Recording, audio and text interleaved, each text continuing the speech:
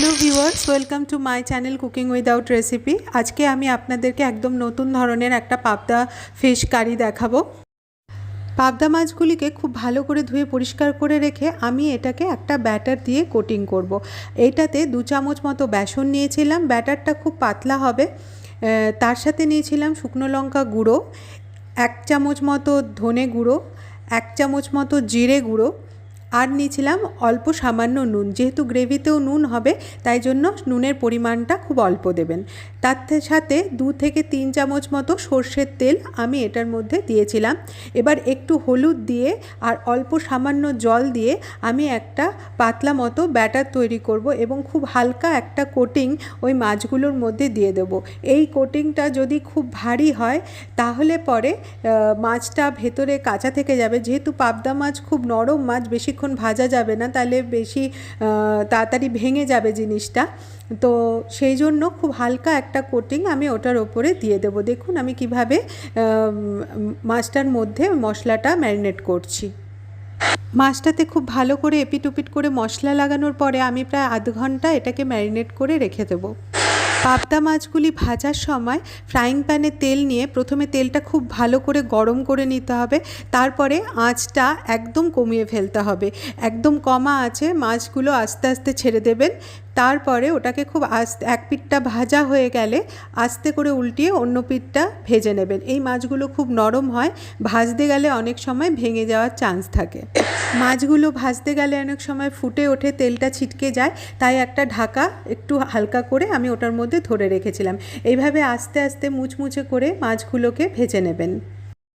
আমার এই রান্নার চ্যানেলটিতে আমি সব রকম রান্না একটু নতুনত্ব করে দেখানোর চেষ্টা করি এবং অবশ্যই সেটা নিজে এক্সপেরিমেন্ট করে খেয়ে দেখে তারপরেই আপনাদেরকে দেখাই। এটাও খুব ভালো হয়েছিল। আশা করি আপনারা ট্রাই করে আমাকে জানাবেন আপনাদের কেমন লাগলো।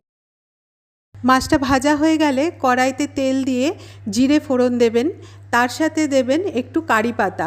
আপনারা কারি পাতা যারা ভালোবাসেন তারা কারি পাতা দিতে পারেন, আর যাদের কারি পাতা ভালো লাগে না তাদের কারি পাতা দেওয়ার দরকার নেই।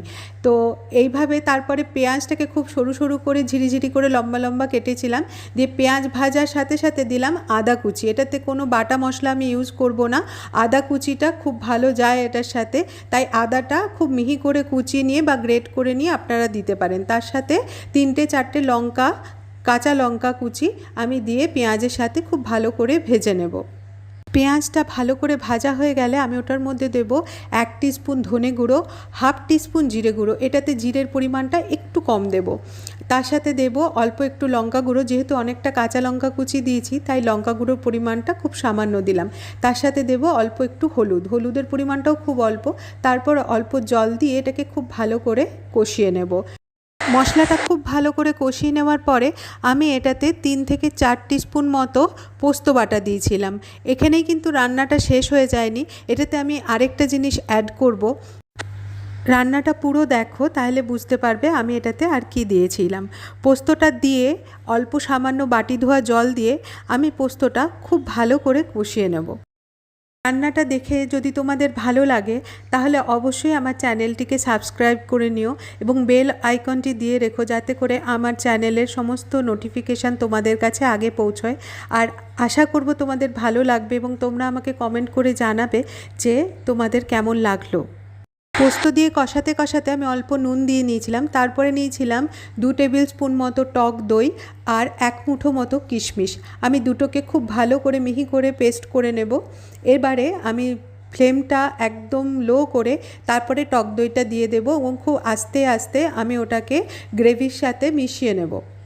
এই টক দইয়ের সাথে একটু কিশমিশ বেটে দিলে এই গ্রেভির টেস্টটা খুব বেড়ে যায় এবং একটা টক মিষ্টি খুব সুন্দর একটা স্বাদ আসে আর একটা খুব সুন্দর গন্ধও আসে। সবে মিলে এটা দারুণ হয় খেতে। তোমরা কিন্তু অবশ্যই একবার ট্রাই করো। দেখো একদম তেল ছেড়ে দিয়েছে। এরপরে আমি অল্প সামান্য জল দেব। জল দিয়ে আমি মাছগুলিকে ওটার মধ্যে অল্প সেদ্ধ হতে দেবো। যেহেতু খুব গামাখা গামাখা একটা ঝোল হবে সেহেতু আমি এটাকে খুব বেশি জল দেব না। জল দেওয়ার পরে যখন জলটা ফুটে উঠবে তখন তোমরা মাছটা দেবে, কেন যেহেতু মাছগুলো খুব ভালো করে ভাজা হয়ে গেছিলো, এটাকে আলাদা করে আর বেশি সেদ্ধ করার দরকার হবে না। তাই জন্য ঝোলটা ফুটে উঠলে তোমরা মাছটা দিয়ে দেবে, দিয়ে অল্প সামান্য কিছুক্ষণ ফুটিয়ে মাছটাকে একটা ডিশের মধ্যে নামিয়ে নেবে।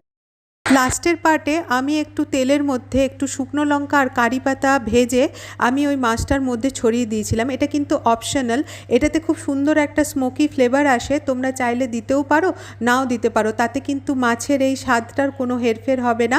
তোমরা ইচ্ছা করলে দিতেও পারো নাও দিতে পারো, একবার অবশ্যই ট্রাই করো আর সাবস্ক্রাইব করে দিও।